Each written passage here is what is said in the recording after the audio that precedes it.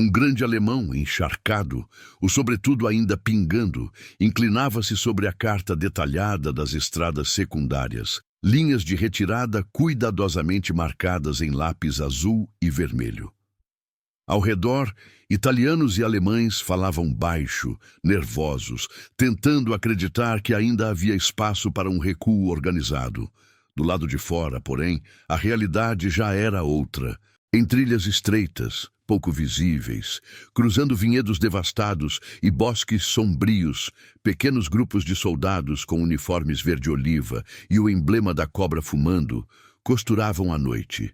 Pracinhas brasileiras, guiadas por mapas amassados e por um instinto de quem aprende a ler a terra a duras penas, avançaram silenciosamente para um objetivo decisivo: cortar as linhas de retirada do inimigo. Em poucas horas, enquanto o vento uivasse entre as telhas quebradas das casas italianas, aqueles oficiais do eixo perceberam, tarde demais, que a saída que imaginavam segura fora tomada por tropas que muitos, até outro dia, julgavam secundárias. Aquela situação não surgiu do nada. Meses de campanha foram desgastadas pela máquina de guerra alemã na Itália. A linha gótica, aperfeiçoada e intransponível, vinha sendo lentamente corroída pelos avanços aliados. Britânicos, americanos, unidades polonesas, francesas e, em um setor particularmente acidentado, os brasileiros da Força Expedicionária Brasileira mantinham pressão constante sobre posições que, em outros tempos, pareciam inexpugnáveis. A FEB assume setores que subiam e desciam em desníveis brutais, com vilarejos encravados em encostas, estradas de terra cortando colinas e riachos gelados atravessando vales estreitos. Ali não era apenas uma frente simbólica. Era um trecho vital por onde passarmos rotas de abastecimento e, mais importante ainda, possíveis caminhos de fuga. Oficiais alemães, veteranos de campanhas na Rússia, nos Balcãs, no norte da África, observaram com desdém os relatórios que mencionavam tropas brasileiras implantadas em determinado setor. Não imaginário deles, o Brasil era um país distante, tropical, sem tradição de grandes guerras modernas. Muitas vezes repetiam, com ironia, que os sul-americanos serviriam mais para preencher lacunas políticas do que para mudar o curso de uma batalha. Italianos ainda leais ao eixo, desanimados e céticos, ecoavam em sugestões a mesma ideia. Não vão aguentar o inverno nem a montanha. Entre eles, consolida-se a crença de que, na pior das hipóteses, se a frente ruísse em algum ponto, não seria culpa dos setores mais experientes, mas sim aquele trecho guardado por brasileiros. O que eles não sabiam é que, enquanto zombavam, a FEB já tinha passado por um processo de amadurecimento brutal. Do desembarque aos primeiros contatos com o fronte, os brasileiros aprenderam, a passos largos, o que fizeram guerra de posição, patrulha noturna, emboscada e contra-ataque. Treinados, segundo o padrão americano, integrados a uma estrutura logística robusta e uma doutrina que valorizava significativamente entre a infantaria, a teoria e, quando possível, o apoio aéreo, os pracinhas foram deixando para trás uma imagem de força exótica para se tornarem mais uma peça funcional da engrenagem aliada. Naquela fase da campanha, porém, algo mais se somava: a confiança crescente que oficiais aliados depositavam nos brasileiros para missões arriscadas. Foi assim que surgiu o plano que transformaria um simples setor de frente em uma armadilha.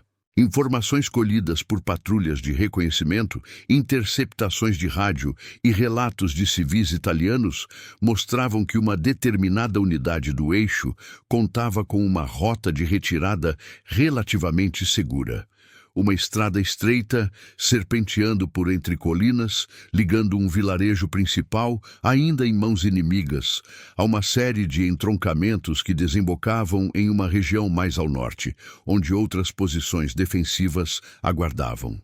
A ordem dada ao comando brasileiro era clara e ousada: deslocar em sigilo elementos da FEB para cortar essa via de fuga, enquanto as forças americanas pressionavam frontalmente a continuamente entrincheirada no vilarejo. Para isso, não bastava coragem. Era preciso planejamento detalhado, leitura fina do terreno, eficiência impecável. Os brasileiros, que já tinham experiência acumulada em patrulhas longas e extenuantes, foram selecionados a partir de então. Pelotões inteiros passaram noites inteiras estudando mapas, decorando curvas de estrada, bosques, casas isoladas e até mesmo muros de pedra que, vistos de cima, exceto riscos insignificantes. A abordagem seria feita por trilhas pouco usadas, em horários onde a escuridão e o mau tempo seriam aliados. O apoio americano surgia na forma de artilharia de saturação sobre a frente do vilarejo, atraindo o foco dos defensores, enquanto os brasileiros se infiltravam pelas laterais, como água encontrando brechas em pedra rachada. Do outro lado, os oficiais do eixo confiaram quase cegamente em suas linhas de retirada. Já tive passado por situações semelhantes em outras frentes. Mantinha-se a posição o máximo possível e, quando o risco de cerco se aproximava, uma retirada bem conduzida preservava homens e material para outra linha defensiva mais atrás. Nossos mapas se estendiam sobre aquelas mesas improvisadas. As estradas eram claramente marcadas. Acreditamos conhecer cada curva, cada ponte, cada bosque. O que lhes escapava era o silêncio com que grupos de brasileiros, em marcha tensa e calculada, se aproximavam exatamente desses pontos. A noite escolhida para o movimento foi aquela guerra típica na Itália. Céu pesado, chuva fina insistente, neblina rasteira em alguns vales. O tipo de clima que tornava quase impossível a observação aérea eficiente, dando vantagem a quem estava disposto a se molhar, a escorregar, a avançar na lama. Os soldados brasileiros, encharcados até os ossos, caminhavam em coluna com o fuzil apertado ao peito, apertando o peso da mochila, do capacete, do medo. Muitos pensaram em casa, no Brasil distante, em famílias que nem imaginavam que, naquele exato momento, seus filhos e maridos avançavam para um ponto onde, se tudo desse errado, pudessem ficar isolados entre colinas dominadas pelo inimigo. As ordens, contudo, eram firmes. Chegar a determinados segmentos antes de um horário limite, cavar posições apressadas, montar navios, posicionar grupos com granadas e armas anticarro onde fosse possível. Em alguns pontos, a abordagem teve de ser feita se arrastando sob o risco de serem vistos por sentinelas ou de tropeçarem em arame farpado. Em outros, o som da chuva e do vento, misturado ao rugido distante da artilharia americana bombardeando o vilarejo, serviu como cobertura sonora perfeita para o passo cuidadoso dos pracinhas. Quando os primeiros clarões intensos iluminaram o horizonte do vilarejo sob ataque frontal, dentro da cidade ocupada, o pânico começou a se insinuar. Paredes tremiam, telhados desabavam, posições de destruição eram atingidas pelas explosões próximas. Os oficiais do eixo, apertados em porões ou em salas de comando improvisadas, tentavam ler a situação pelos relatos confusos que chegavam. Foi um grande ataque, isso foi certo. As linhas de frente estavam sob forte pressão. Mas ainda havia confiança. Se o pior acontecesse, se uma brecha, ameaça se virasse rompimento, a ordem seria recuar pela estrada já conhecida, reorganizar-se mais ao norte e esperar reforços. Foi nesse momento que os primeiros sinais de que algo estava errado surgiram. Uma pequena coluna de veículos, enviada para testar as condições da estrada, encontrou resistência onde não deveria haver nenhuma. Na saída do vilarejo, após uma curva apertada, tiros secos de fuzil e rajadas de capturas ecoaram da encosta. Faróis de caminhão foram desligados às pressões, soldados se jogaram na lama e uma troca rápida de tiros se acelerou. Relatórios iniciais falaram de patrulhas inimigas avançadas. O comando local, acreditando estar lidando com pequenos grupos de reconhecimento aliados, tenta que os níveis de reforço sejam enviados para limpar o caminho. Ainda não desconfiava de que aquilo era apenas a ponta de um cerco cuidadosamente costurado. Enquanto isso, os brasileiros se entrincheiravam. Em um dos cruzamentos-chave, um pelotão inteiro se espalhava em torno da estrada, usando muros de pedra, valas e troncos caídos como abrigo. Metralhadoras foram instaladas de forma a varrer qualquer veículo que tentasse passar. Caixas de munição foram abertas com mãos trêmulas. Granadas foram homologadas em arquivos improvisados. Alguns homens, apesar do medo, sentiam uma estranha calma interior. Tinham plena consciência de que todos estavam prestes a fazer algo que ultrapassava um combate comum. Iriam cortar a retirada de uma força inteira. A resposta do eixo não tardou. Percebendo que havia mais resistência do que o esperado, os oficiais ordenaram um movimento mais robusto. Caminhões com tropas, alguns poucos blindados leves e infantaria acompanhando pelos acostamentos. A estrada estreita, serpenteando em meio às colinas, transformava-se em um corredor de tensão. Do alto de suas posições, os brasileiros aguardavam, com o coração batendo forte no peito, a aproximar-se das colunas inimigas. Quando os primeiros veículos entraram na zona de tiro, o silêncio foi rasgado pelo estelo contínuo de subtrações, pelo estampido seco de fuzis, pelo clarão de granadas explodindo próximo às rodas. O impacto foi devastador.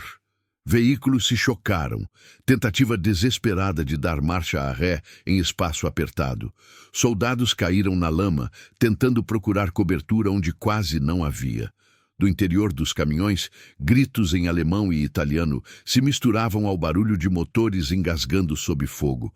Em poucos minutos, aquela que deveria ser uma rota de fuga relativamente tranquila, se transformou em um engarrafamento caótico de metal retorcido e corpos.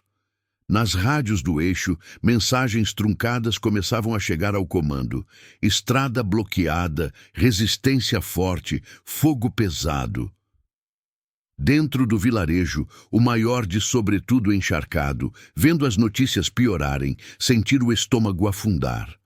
Uma rota alternativa, menos favorável, também reportava tiros vindos das encostas. Aos poucos, algo que nenhum deles havia considerado seriamente se impunha como fato. As saídas estavam sendo fechadas. Os brasileiros, aqueles mesmos que em conversas de bastidor eram tratados como ocupantes de um setor fraco, se moveram para posições que cortavam, na prática, as linhas de retirada. Aquele plano clássico de recuperação ordenado, repetido em tantas frentes, encontrado ali um obstáculo imprevisto. Enquanto tentavam reorganizar uma fuga por trilhas secundárias, mais estreitas ainda, novos grupos de brasileiros surgiam, como sombras entre as árvores e muros. Na cooperação com unidades americanas que pressionavam frontalmente, os pelotões brasileiros foram expandindo o bloqueio, fechando como um zíper as possibilidades do inimigo. A artilharia aliada, ajustada por observadores brasileiros e americanos juntos, passando a martelar pontos-chave atrás do vilarejo, tornando certas estradas impraticáveis, enchendo ainda mais de pavor os que pareciam em escapar por ali. Aos poucos, o pânico que dava o título dessa história se instalou de vez entre os oficiais do eixo.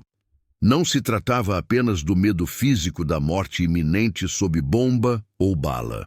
Era uma percepção humilhante de que haviam sido ultrapassados em iniciativa por uma tropa que até então subestimavam. Ao ouvirem a notificação de que grupos inimigos com brasões desconhecidos, alguns descreveriam depois vagamente o símbolo da cobra, estavam controlando cruzamentos e dominando encostas, entenderam que tinham diante de si uma força que aprendera rápido demais o jogo brutal da guerra de manobra. Para os brasileiros, aquela visão, caminhões inimigos queimando, soldados do eixo tentando recuperar em desordem, vinha acompanhada de um misto de satisfação e peso. Lá embaixo, entre explosões e gritos, havia homens tão cansados e assustados quanto eles. Mas havia também a memória viva dos meses anteriores, companheiros caídos em ataques frontais, emboscadas que tinham vidas custadas, vilarejos italianos destruídos pela ocupação. Cortar a rota de fuga do inimigo era, na lógica dura da guerra, uma forma de diminuir o tempo e o espaço necessário para novas mortes. Quando finalmente ficou claro que não haveria saída organizada, parte dos acontecimentos do eixo entrou em colapso moral. Alguns oficiais pretendem ainda montar pequenos grupos de brincadeira, lançando ataques desesperados contra os bloqueios brasileiros. Encontraram, no entanto, resistência sólida, fogos cruzados bem posicionados, contra-ataques curtos e precisos, combinados com tiradas de granada que castigavam até tentativa de infiltração pela mata. Os pracinhas agora não eram mais estreantes assustados, eram soldados calejados, informados exatamente o que mantinham a linha, mesmo com a garganta seca de medo. À medida que as horas passando e a realidade do cerco se tornava inegável, o pânico inicial dos oficiais do eixo se transformou em resignação amarga. Relatos posteriores falariam de reuniões rápidas, discutindo acaloradas em porões escuros, vozes elevadas em alemão, italiano, decisões sendo arrancadas sob a pressão de bombas estourando cada vez mais perto. Alguns insistiam em lutar até o fim, outros apontavam com frieza que continuar significaria apenas ser esmagado entre o martelo aliado frontal e a bigorna brasileira nas rotas de retirada. Quando, por fim, o sinal de rendição começou a surgir em alguns setores, lençóis brancos improvisados, capacetes erguidos, armas deixadas no chão, muitos brasileiros assistiram em silêncio. Não foi uma vitória gloriosa no sentido cinematográfico. Foi uma constatação tensa de que eles tinham cumprido uma tarefa que foi projetada mais do que bravura individual. Projetos detalhados, disciplina e capacidade de se mover como uma especialização afiada de uma máquina maior. Oficiais americanos, acompanhando o estágio de longo prazo, não deixaram de registrar, em relatórios e comentários, o papel crucial da FEB no cerco. Forças brasileiras cortaram de forma eficaz as linhas de retirada inimigas em seu setor, contribuindo significativamente para a desorganização e rendição da transação. Para aqueles oficiais do eixo que sobreviveram e foram feitos prisioneiros, a imagem que ficaria perturbadora. A de terem sido encurralados por tropas que julgavam secundárias, que talvez nem merecessem espaço em seus cálculos estratégicos. Descobriram na prática que subestimar um adversário é um luxo perigoso na guerra. Para os brasileiros, a memória se gravaria em outro tom, a de terem provado, não apenas com sangue, mas com manobra e inteligência, que o setor brasileiro não era sinônimo de fraqueza. Era, na verdade, um ponto onde o inimigo poderia, sim, ver suas rotas se fecharem de maneira irreversível. Décadas depois, enquanto veteranos já de cabelos brancos contavam histórias em voz baixa, em mesas de bar ou em entrevistas raras, aquele episódio de linhas de retirada cortadas ainda surgiria aqui e ali, em fragmentos. O cheiro de terra molhada, o clarão de caminhões queimando na curva da estrada, o silêncio pesado após a última rajada e a lembrança, talvez amarga, dos gritos em uma língua estrangeira ecoando no vale. Em um mundo que insiste em esquecer a participação brasileira na Segunda Guerra, esses detalhes ganham um peso quase sagrado. São lembretes de que, em uma noite chuvosa de guerra, oficiais do eixo conheceram o pânico ao perceber que sua saída estava bloqueada por brasileiros. E de que, naquele pedaço de fronte, a história correu por linhas que partiram de um mapa, atravessaram colinas italianas e terminaram cravadas na memória de um país inteiro.